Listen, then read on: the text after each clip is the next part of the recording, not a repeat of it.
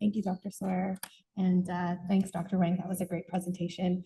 So I'm a Canadian dermatologist. We're very proud of our universal healthcare. And as part of our universal healthcare, telemedicine is barely remunerated unless it's done in very strict settings. So for me, telemedicine was really a big pro bono aspect of my career. I was always interested in it. My mom jokes that I learned how to type before I learned how to physically write. I've grown up with very techie people in my life, so it's very exciting to be here. I'll be talking about personalized skincare and digital health as a Canadian, from a Canadian perspective. So I do have equity in Skinopathy as well as AIP Labs. I'll be talking about Skinopathy today, but it's mostly around my experience. So the global beauty market, I mean, it's a big deal. It's all over TikTok, Instagram. It's worth about $446 billion annually, and generative AI is expected to add another $10 to $15 billion to that every year. It's anticipated to grow, and I think we all are seeing that in our day-to-day practice when patients bring in their Ziploc bag of goodies. Vichy was, L'Oreal was really one of the first cosmeceuticals to develop an AI app that would recommend their own product line for things like acne, rosacea, sensitive skin. And this was created with the input of dermatologists, but it's really siloed in terms of the products that they offer, limited to their own. Makes business sense. Cetaphil, same concept. Kenvue also has an app online that analyzes your skin and looks at things like texture, hyperpigmentation, radiance.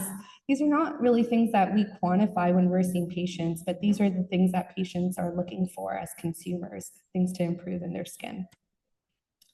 If you were particularly savvy, you might look into a platform called Hot AI, and they actually create the application for you, and you can help personalize the products that you would recommend. And I think that's quite innovative as dermatologists. You know, you already have a list of recommendations. To be able to codify that and make it a product available to your patients is kind of neat. So Skinopathy is a company that I work for. We really launched during COVID. I was doing a lot of virtual medicine at that time, and I was seeing a lot of inflammatory diseases like acne, rosacea, mild dermatitis, or psoriasis. But the people who used our virtual care platform are the same ones that are on TikTok and Instagram. And a lot of the questions that they would ask me after I saw them for their acne was, well, Dr. Topper, what's my skin type? Is it mixed or oily? How do I layer my serums and my creams? And where does my prescription fit into this 10-step routine? And my answer was always the same. You gotta pare back. You just need a simple face wash. But they wanted recommendations of what product, tell me what I should use, what should I cut back? And it was getting really annoying because I was finding myself repeating a lot of the same answers. So Skinopathy was really nice. They said, well, you know what? We don't want this to be a pain point for you. Why don't we sort of create a decision tree that mimics your decision workflow and your patient workflow? And then maybe we can automate some of that counseling piece. So the technology is great. It works without the need of any attachments. It's based on essentially a cell phone. And we know that photos are important for neoplastic lesions, especially if you're doing wound care. But for acne, it's really not that important if they're standing in bright light for us to be able to see and quantify how severe they are. So what we decided is at the core of our technology, we would make sure that the patient starts and ends on their phone. So a lot of their interactions are on their phone. When they meet with us, they're usually on their phone. And then for us, we capture a lot of the data that they put in. So they'll put in their medical information, their allergies, simple things like that. That's still pretty basic. I think what we started to really dig in and dig deep was, well, I I want a lot of the questions answered up front. So if they upload photos, we see a lot of other inflammatory diseases. Can we present them with questions that would mimic sort of what my original intake would be? So if they're coming in with acne, what have they tried before? For example, have they ever been on systemic treatment in the past? Do they have any symptoms of hormonal acne? But what that required was the AI to be able to distinguish that these photos are acne and not something else, and then be able to present those questions, because I don't want random questions like, how long have you had this lesion for an acneiform papule? So that's what the AI model was able to do with a degree of confidence that's quite high. And then once it's identify that this patient has acne, it'll prompt further photos. So a front pain, left pain, right pain, and then quantify based on the degree of scarring, erythema, post-inflammatory hyperpigmentation, the degree of severity. And this correlates really well with our internal group of dermatologists and our IGA severity scoring for acne. So I'll focus on color because I think that Fitzpatrick is not really a good reflection of our skin tones, actually. Like I would, if you rank me on the Fitzpatrick scale, I'll probably be a 5. But on the Monk scale, I can probably fluctuate anywhere between a 6 and an 8, especially if I've gone to Hawaii and not being very diligent with my sunscreen. So we use the Monk scale to identify color. And that also correlates with erythema. I mean, darker skin tones, we are not able to capture erythema as easily as we would in lighter skin tones, but having to accommodate for skin of color, we're able to actually correct some of the scoring for erythema and include that in our severity scoring. So ultimately, we get lots of good information. We get photos from the patient. We get heat maps that identify erythema, also identify scarring. And all of these visual attributes are ultimately put into a scoring system that's presented to me as a physician.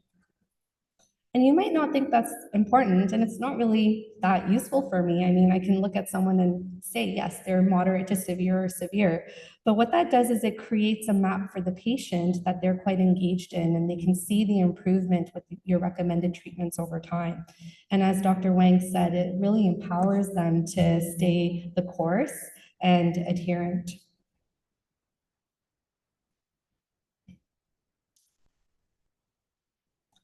And I think the longitudinal care that our patients receive is quite important. It creates lots of other touch points with the app. And again, that creates opportunity to include retail products.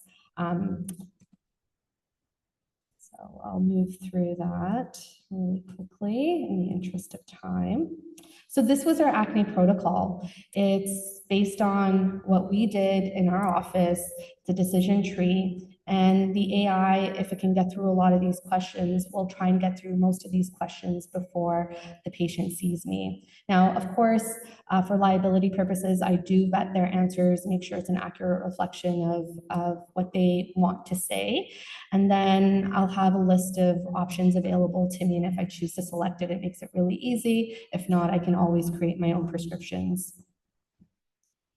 And what this does is it creates an ecosystem where these patients have access to my notes, they have access to their progress, they have access to their prescriptions. Their prescriptions are faxed directly to their pharmacy. They can be picked up within an hour or two. And it makes them more adherent with the treatment and more engaged with us as doctors. And I feel very proud that we're being able to reclaim the space as dermatologists, because I think we've lost some ground on acne, rosacea, and simple skincare to other providers or companies, right? Not even healthcare providers. And we've leveraged large language models around the counseling piece. I think this is something that we're all sort of familiar with. We can generate content, but I think what we're starting to explore now is how do we capture like the essence of Dr. Tucker in a chatbot for the patient? And we do have a lot of data, but ethically navigating how we retrospectively get consent for data that's collected in our system is a bit more challenging to navigate at this time. So work in progress. But that's my hope. If I can replicate myself in chatbot form, maybe I'll deploy it to my husband as well. So in the retail space, I think this is really unique. You know, telemedicine is not remunerated meaningfully. And so if you can augment your income and make it more appealing on the retail side, I think you can do that ethically and meaningfully for your patients. They're already going out there. You know, there's 12-year-olds buying products at Sephora. It's quite concerning. So to redirect them to products that you value and recommend, I think there's a lot of credibility that we carry, and it's a responsibility that I think we can exercise well for our patients. So we've actually, I'll back up a little bit. Skinopathy partnered with L'Oreal. They have a very keen interest in AI. It's part of their strategic roadmap. So we've brought on SkinCeuticals and Skin Better, and then Shiseido, because we do have a diverse skin population that also likes some of the East Asian products. So we're very proud. And it's quite remarkable. The AI can, will know that I've put a patient on Accutane, so it's not going to recommend an over-the-counter retinol. It might recommend an emollient instead.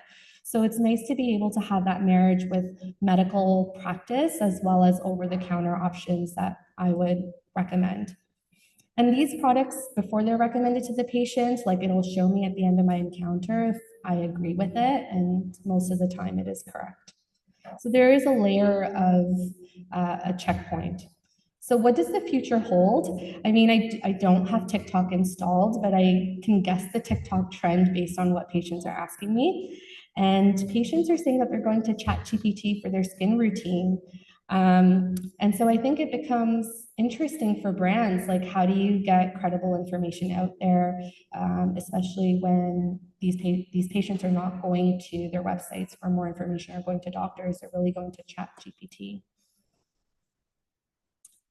Lots to think about. So this is from my recent trip in Hawaii, and we were 10,000 feet above sea level. And it was quite remarkable to see solar flares and be above the clouds for a short while before sunset.